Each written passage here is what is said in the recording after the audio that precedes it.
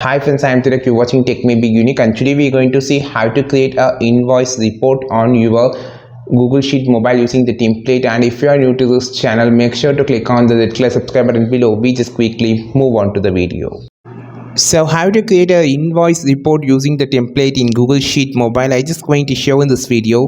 Click on this plus symbol, open a choose and template here, then just scroll down, you will see a option of invoice. Just go to the work and here the invoice are here.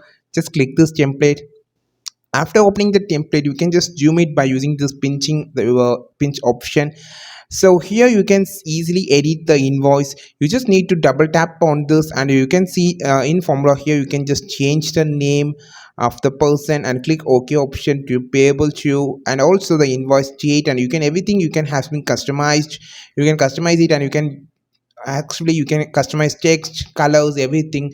And after creating your own invoice, you can just save it on your mobile phone and you can use this. I think this video helped you a lot. Like this video, share this video, subscribe this channel. We will meet our next video with super valuable content. This is Tilak signing off from Tech Made Be Unique. Have a wonderful day.